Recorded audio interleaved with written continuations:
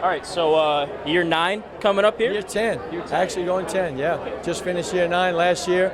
Undefeated in conference champs. First round of playoffs. See if we can repeat it again this year. Congratulations. Thank you. Over your time at Nicholls, how have you tried to structure fall camp? How have you fine-tuned? Look, it's changed. When we first got there in 2015, it was the 2-a-days. Then it went to 2-1, 2-1, where you can do that. We slowly started, before they even implemented the 1-a-day you can do it, we were slowly getting to that anyway. I think a lot of coaches were, because you were trying to prepare yourself. You didn't want to beat yourself up in August. You had to get ready for the long season. So you did just enough, to get acclimated to the heat in South Louisiana, get it going, and get yourself ready for a long 11-game season. How do you handle it this year? Because you guys were so successful last season. Do you try to keep it the same? Do you tinker a little bit? Well, I think you got to tinker. You always. We talked about that. You don't want to start where you left off last year. We want to start from the beginning. And so our guys know our season didn't end like it wanted last year with the loss in the playoffs. So they went to work in January, had a good spring ball and a good summer, but you can't, if you just start where you left off, man, I think you're missing the boat. So we start from the beginning, even though we got a bunch of veteran players coming back, a lot of preseason players coming back, but still you got to go out and do it on the field. And you guys lost, was it like Southern Illinois? Mm-hmm. Gotcha.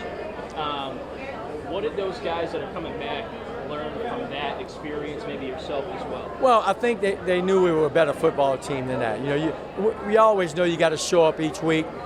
We didn't show up that day, and we didn't put our best effort on the field, and those guys knew that, and they want to work a little bit harder, and they also want to work and said, hey, man, let's get that first game at home in the playoffs. It makes a big difference. Had you had to travel as far as Illinois during the season before that? I'm trying to think. We got to go to San Antonio. We play. We go to Dallas and play. We have some trips. This was a flying trip through the NCAA, so it wasn't really that bad. Gotcha. I was just wondering if maybe that. Yeah, take a toll. Yeah. Not to make excuses, but it's a factor. Why was the team so successful last season? I tell you what it was. I thought it started with the leadership of that senior group, and we had some guys. Our season did not start off very good last year. We were always going to play FCS. We were always going to play a tough FBS teams at the beginning in preseason. We started off last year with a really good Sacramento State team. They beat us at home by a touchdown.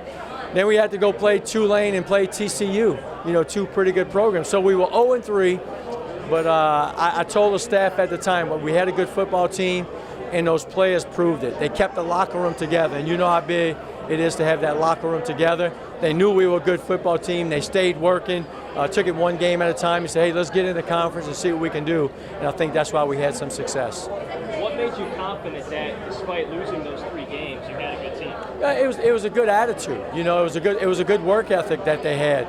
They wasn't getting on each other. They wasn't griping. They wasn't complaining. They knew what we had to do. They learned from the mistakes that we did, and they were man enough to go out and correct it and get it done on the field. And then all of a sudden, you have a little success. Success breeds success. They know we can play. And then look, you got to stay injury-free, and you got to have some things bounce your way also. And I think all those factors were taken into account. Yeah. Is it kind of hard sometimes because you want to start the season off strong, but you schedule very difficult teams? I think it is, but we've done it so many times. We played them a bunch of road games in a row. Like this year we're 3 in a row on the road before we finally come back home. The newness of the season is kind of worn off by the time you come back home. But we do sell it and build it as, hey, it's going to make us a better football team when you get into the months of October and November. Yeah, it's opportunities to play in cool venues against very strong opponents. Good competition, absolutely. And you get some money from it too. Yeah. It's always a big deal. It helps the athletic program. Our guys know that. But look, they love going play. Those guys playing at our level, they know what they want to do. They show that they can compete at the higher level, so they love going out and doing that. Who's on the schedule this year? I know you got LSU. Who else in non-conference? So week 1, this year FCS is a rare 12-game season. So we play in 5 non-conference games. So we open up with a big game on the road at Louisiana Tech in Ruston. We'll come to Baton Rouge week 2, play LSU. and then we'll go on the road and play a return game against Sacramento State out in California. So that'll be a good test for us against a good program like our level. We come home against Mississippi Valley.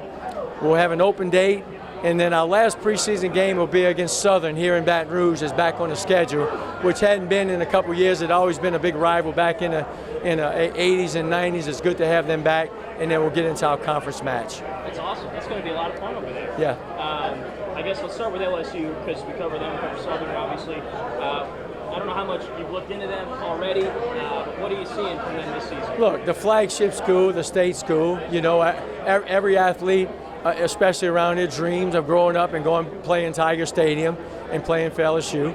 So it's going to be a big opportunity. You know, we were on the schedule to play them in 2020, and it was the COVID year. The season got canceled, so we never did play. So this will be the first time Nicholls has gone to Baton Rouge and played in Tiger Stadium. So there'll be a lot of excitement. You know, a lot of local fans, a lot of local Nicholls alumni is going to be excited to see if we can go against, you know, obviously top 10 team in the country. It'll be a big challenge for us. Have you been to Death Valley before? Yes, I played as an assistant a couple of times at some other schools I was at, so it's not new. First time going in as a head coach. Yeah. How do you prepare the guys for, you know, that kind of environment? Well, I think you just try to minimize it and say, hey, it's just another game. We've been to big stadiums before. Now, these guys have not, but, you know, we've been to Georgia, we've been to Texas A&M, we've been to Kansas, Kansas State, TCU. We've been to some big venues, so those guys will be ready for it. Two more for you. Southern, just what kind of challenge they present, playing on the bluff. I mean, that sounds very fun. Always good, always fun games. New head coach, he's going to be good. Yep. So I know they're excited, probably excited to get us back on the schedule. Again, a lot of people that are Southern fans or, you know, are Nicholls fans and Nicholls alumni, it's good to play those state schools that's close in proximity, you know, and what it brings. So, again, another big challenge for us, but it ought to be a good ball game. I love it. And then just maybe broad strokes, what Colonel fans should expect. You know, a lot of returning starters, another strong team. Yeah, you know, anytime, wherever I've been, when you got your starting quarterback back from last year, you have a chance to be successful. We had the Conference Player of the Year in Jalen Spears, our running back, our other first team back in Colin Guggenheim.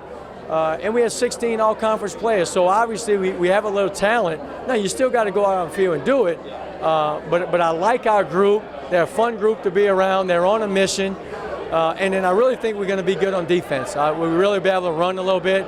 We got some guys up front that can get after it. We got some leaders on that side of the ball, so I'm excited about it. Good. Anything else? No, good. It's just we got our big first scrimmage this Saturday. At 9 o'clock in the morning in Guidry Stadium. If you're around, come pike by. And next week we got a little fundraiser, which is we have a race and a cook-off with our last scrimmage, getting ready to go to the season. So we're looking forward to it. Come support the Colonels if you get a chance. Fans can come to the scrimmage? Absolutely, absolutely. Any practice, they can come by, yes. 9 a.m.? 9 a.m., yes. All right.